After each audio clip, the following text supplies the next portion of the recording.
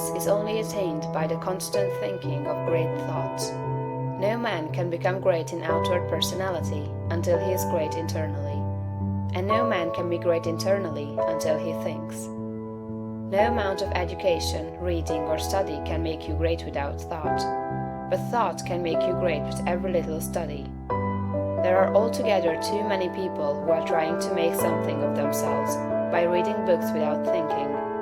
All such will fail. You are not mentally developed by what you read, but by what you think about what you read. Thinking is the hardest and most exhausting of all labor, and hence many people shrink from it. God has so formed us that we are continuously impelled to thought. We must either think or engage in some activity to escape thought. The headlong, continuous chase for pleasure in which most people spend all their leisure time is only an effort to escape thought. If they are alone, or if they have nothing amusing to take their attention, as a novel to read or a show to see, they must think. And to escape from thinking, they resort to novels, shows, and all the endless devices of the purveyors of amusement. Most people spend the greater part of their leisure time running away from thought, hence they are what they are. We never move forward until we begin to think. Read less and think more.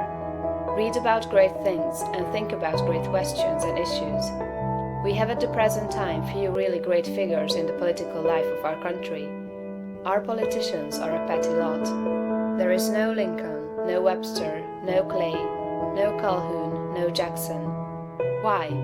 Because our present statesmen deal only with sordid and petty issues, questions of dollars and cents, of expediency and party success, of material prosperity without regard to ethical right.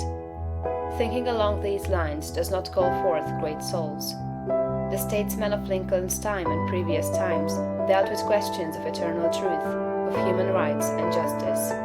Men thought upon great themes, they thought great thoughts, and they became great men. Thinking, not mere knowledge or information, makes personality. Thinking is growth. You cannot think without growing. Every thought engenders another thought. Write one idea, and others will follow until you have written a page. You cannot fathom your own mind. It has neither bottom nor boundaries.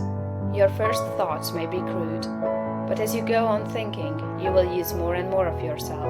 You will quicken new brain cells into activity, and you will develop new faculties.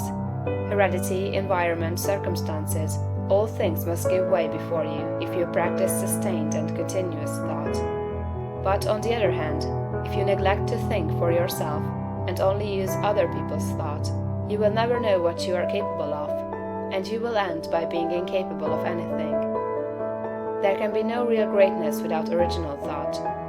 All that a man does outwardly is the expression and completion of his inward thinking. No action is possible without thought, and no great action is possible until a great thought has preceded it. Action is the second form of thought, and personality is the materialization of thought. Environment is the result of thought. Things group themselves or arrange themselves around you according to your thought. There is, as Emerson says, some central idea or conception of yourself by which all the facts of your life are arranged and classified.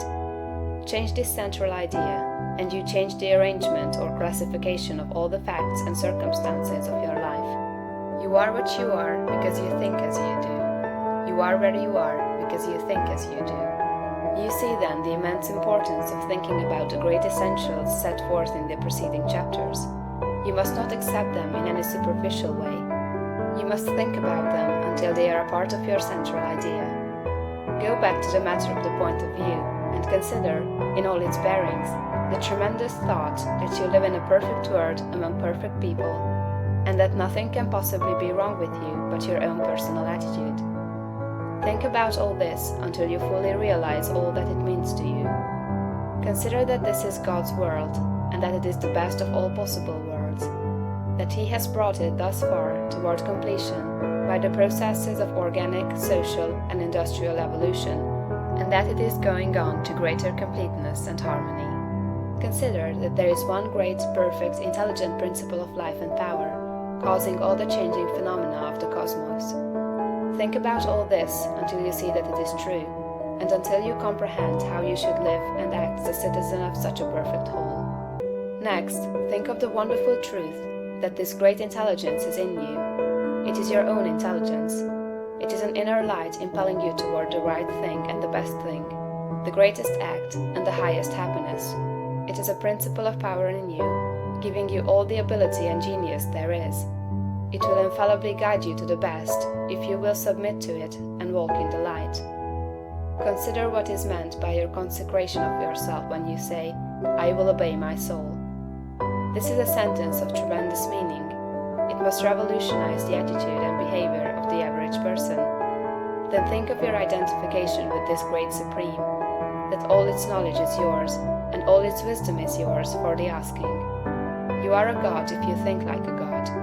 If you think like a god, you cannot fail to act like a god. Divine thoughts will surely externalize themselves in a divine life. Thoughts of power will end in a life of power. Great thoughts will manifest in a great personality. Think well of all this, and then you are ready to act.